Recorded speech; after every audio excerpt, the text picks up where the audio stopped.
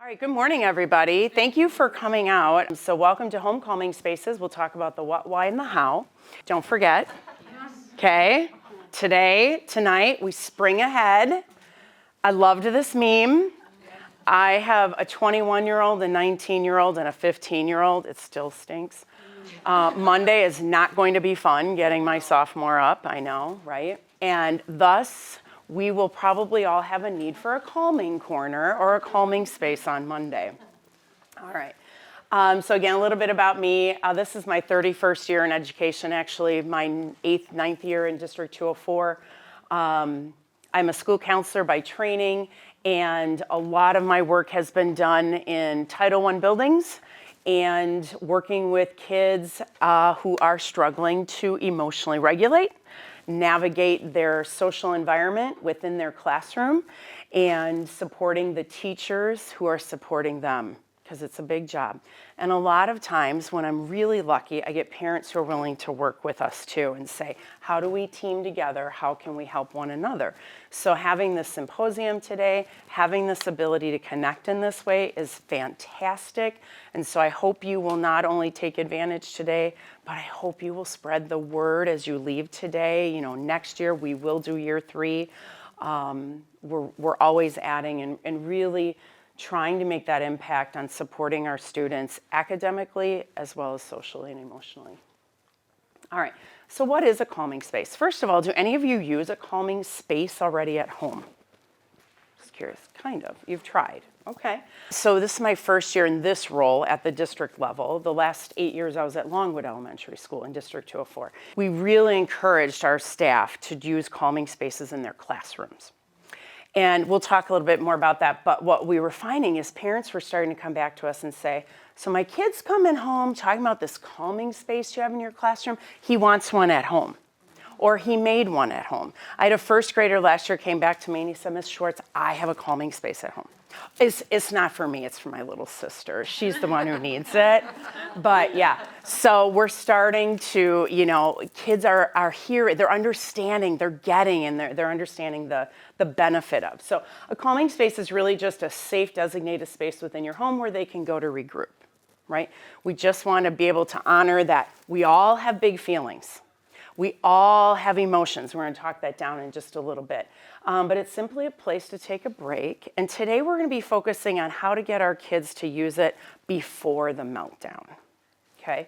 Because after the meltdown, it's not effective. It's no longer a helpful tool.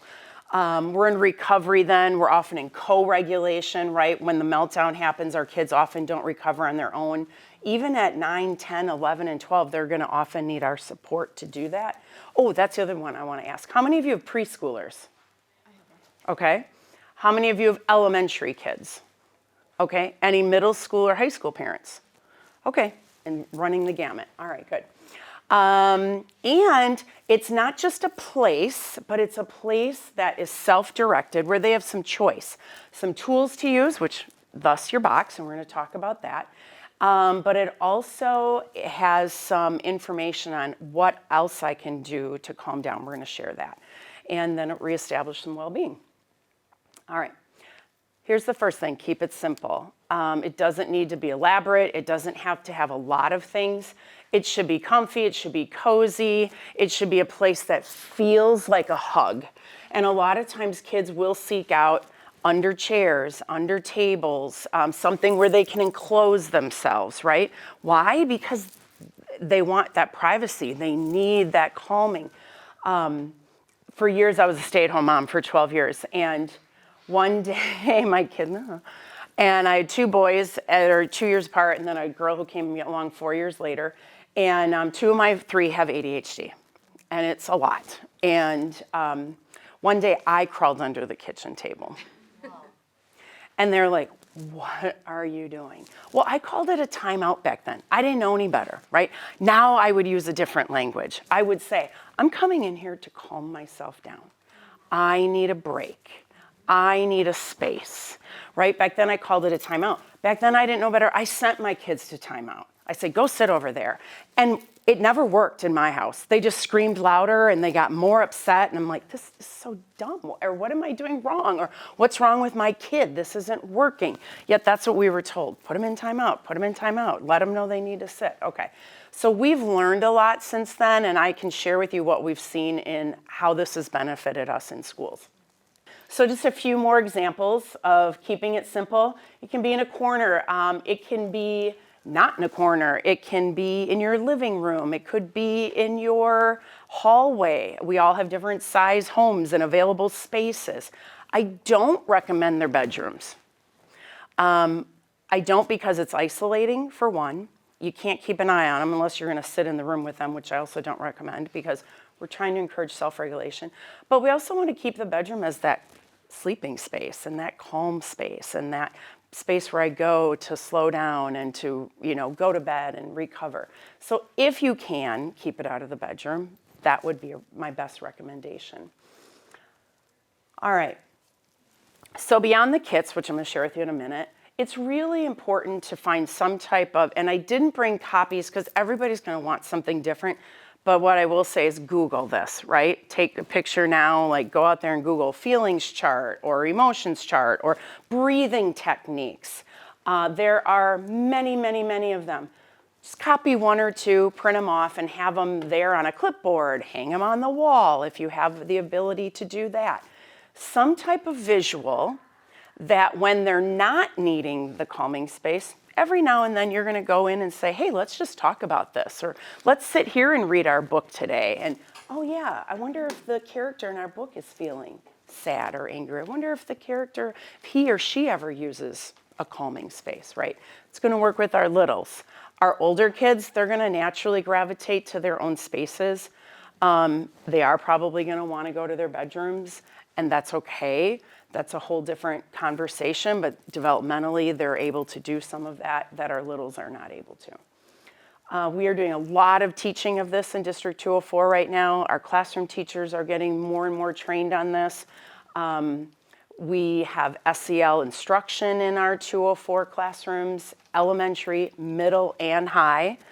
Talking about this, this particular session came about because this year, like I said, we have an amazing grant writer in District 204. She was able to secure us a grant 2 years ago called the Peace of Mind Grant, and there were some monies left over that we decided as a group to purchase materials for every school in our district to have calming spaces. So those monies were given to each school. Their teams decided how they wanted to use it. Typically, not all, but in most of our elementary schools, they've created and are starting to encourage classroom calming spaces so that every classroom will eventually have one. And we're providing training and support to our teachers. They're not all there yet, so don't all go home and go, do you have this? Do you have this? Why don't you have this? They're getting there, right? Our middle schools, some of them have SEL hubs now. SEL stands for social emotional learning. So they have spaces where kids can go and calm and regroup. We are starting, I'm going to ask you, I'm going to put you on the spot in a minute. We are starting to get more of our middle school teachers. I'm not sure if high school's there yet, but they're creating calming spaces in their classrooms. And guess what? Kids are fine with it. Kids are using them. We're normalizing that we all need to take a break sometimes. We're normalizing that we all get overwhelmed sometimes. I had a first grade teacher last year as an example who came out of her classroom just, and just releasing, and she goes, I used the calming corner today in my classroom. I'm like, that's fantastic. Yeah. And she goes, it was? She was so embarrassed. I said, that's fantastic. You're modeling. I said, what was going on? She goes, I was about to lose it, and I didn't want to, and I didn't want to yell, and I didn't want to whatever. And it was there, and hers was a desk and a table, and she said, I sat down, and I did some coloring. And she goes, I will say it was helpful. And I said, what do the kids do? She said, the room got really quiet. Like, exactly, yes. And they were realizing, okay, we've put her over the edge. And what are we teaching? That our behavior impacts other people too, right? Because at 6 and 7, we're wired to be all about us. We are self-absorbed. That's developmentally appropriate. But they're building that skill of, oh, okay, Mrs. So-and-so, she's had enough. And then they could have a calm discussion around it. So that is some modeling you might do in your own home too. So the other thing I want you to know as parents in the district, like with the calming spaces in classrooms, kids have told me, and we have a video, it's out on the IPSD website. I encourage you to look at it. We interviewed teachers and kids. And one girl said it so eloquently as an 8th grader. She said, when my classroom has a calming corner, I can just go kind of check out back there for 5 minutes. I don't have to leave the room to see a counselor. I don't have to leave the room to go to my house. I can stay in the room. I do some breathing techniques. I'm still hearing what's going on. And when I'm ready, I just go back and join my group. And that's what we're helping kids to do. So, all right, so why use a calming space, right? Here's really what we're trying to do. We're trying to help kids recognize emotions. And emotions are the body sensations we experience when something triggers us. So, an event, you find out you have to publicly speak in front of a group of people. Your first emotion might be giddy excitedness, and you feel that flow of energy from your adrenaline. You might feel total butterflies and like you want to get sick, and you feel it in your tummy and you feel it in your chest, right? That is an emotion. It's the body sensation. We're trying to help kids recognize that early, like, whoa, whoa, whoa, whoa, whoa, this is a warning sign. Maybe now would be a good time to go find my calm space or my calming corner, whatever you might want to call it at home. And then to self-manage those emotions and feelings. So again, we're trying to catch them early before the big meltdown. This takes a lot of teaching. They are not going to get this on their own. Again, if we can catch them early, we're trying to minimize aggression, right? We're trying to minimize damage to relationships and improving that communication. So some of the other unexpected benefits that I've had families come back and tell me is they're starting to, as a family, become aware of each other's feelings and emotional states. And this, again, takes a lot of teaching by us and a lot of practicing and a lot of talk. But developing empathy for each other, you know, so-and-so's just needs a moment. Your brother is this, your sister is that. We need to give her some space. I sometimes need space. The more that we can model ourselves, talk about our own states, our own feelings, our own experiences, again, we just make it, that's how everybody feels at times. And then again, it is an opportunity for us and the child to connect, and co-regulation again means a lot of times they can't calm down by themselves. They need someone to help them through that. But the better we get at it, the more we practice it, as development occurs and maturity happens, where again, the goal is to try and get them eventually to be able to do this on their own. All right, being mindful of time. So how to use a calming space. So again, before even introducing this, really kind of reflect and evaluate. How much do we talk about feelings and emotions in our home? How much do I share with my kids? How much do we talk about it when we're reading about characters in books? How much do we ask about their friends and how their friends might be feeling, or kind of emotions they had or experiences they had? When they come home from school, instead of how was your day? And I'm so guilty of this too. I do with my daughter all the time. But tell me something that went really great in your day today. Tell me something that really frustrated you today. I'll tell you something that really frustrated me today. I'll tell you something that made me really excited today, right? Share and have those conversations. And then we have to teach and practicing different calming strategies, and we'll dive into your kits in just a moment. And making sure that they're appropriate to your home. What are spaces and things that you're allowed and you're okay with, and these are tools we can use. And then are they age appropriate? Number 3 is so imperative, and it's also really hard. It's practicing our own emotional control, right? Not joining in on their chaos when they are losing it. If you can't stay calm, it's better to step away than to jump in it. And then we become better at responding. I can see that you need this. Whoa, I can see that you're having a really big feeling about that. Wow. Okay, we can talk about this later. Instead of reacting. You need to stop. This is enough. This is ridiculous. This is not that big of a deal, right? That's responding versus reacting. And I often say to adults, think about, if you're having a bad day at the office, how do you want a coworker coming up to you? I can see you're really struggling today. Man, can I help you? What is it you need? Versus you meet them at the copier.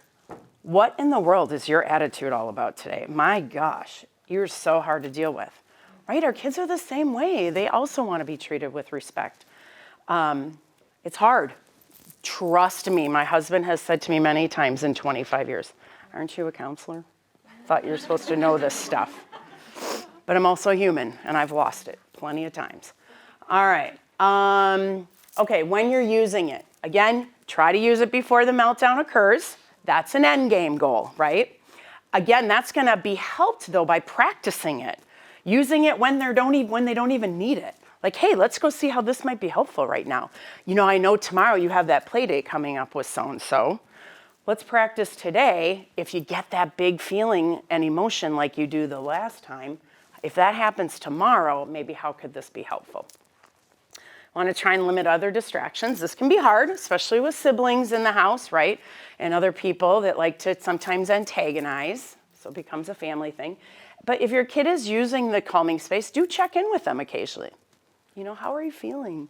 Are you feeling any better? Whoa, no, okay, I'm just going to leave you alone, right? Or maybe they're ready and willing to invite you in, but do check on them.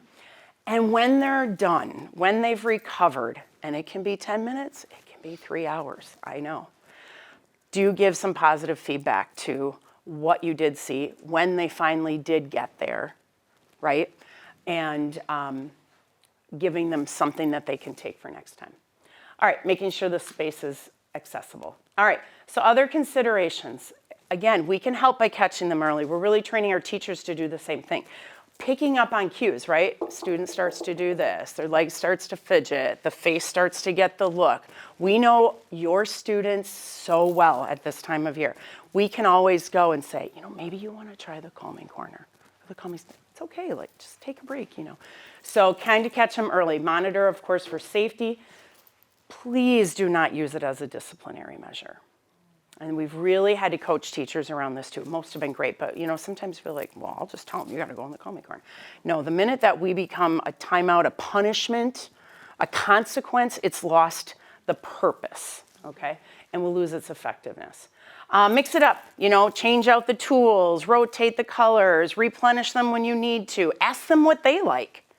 Would you prefer coloring sheets? Do you like the putty? Would you rather have music with headphones? How about we try this month or whatever? And then really talk it through with them. That's the biggest thing, right? When they resume the calm, having a conversation about what they felt, what it was like for them, what they learned about it, etc.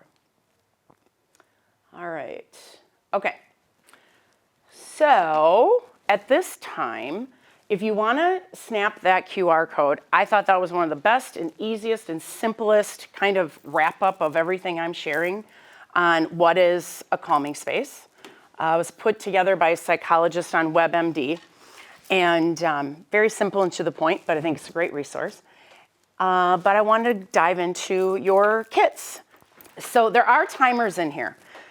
You can use it or not. We do use them in school. We use them in classrooms because we don't want them in a calming corner for an hour.